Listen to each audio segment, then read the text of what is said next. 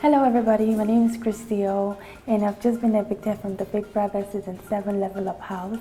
I know it's sad, but we gotta move. And I know that you guys have a lot of messages for me, so I'll just go through some of them.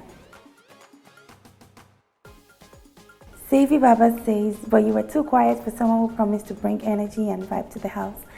Big Brother house is not your regular house, and trust me, you will get vibe. May you go there and see if you go give us the vibe. Yemo says, this one will not get vibes. Yemo, you will get vibe. What do you do for Twitter streets? Go give us vibe for the audition, they come soon, okay? I am Ayo says, everything is not by talking to Fam Savvy. Try to give content, even if not to lie. I am Hayo, no be everybody sabi lie. And I was pretty much talking to everybody in the house. And all the tags, what do you call that? Is that not content? If it's not content enough for you, maybe you should try it as well.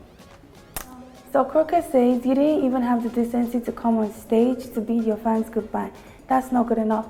I'm really sorry to everybody and to all my fans that I couldn't come on stage. It was just really overwhelming for me and a lot of things happened backstage. But regardless, I love you guys so much.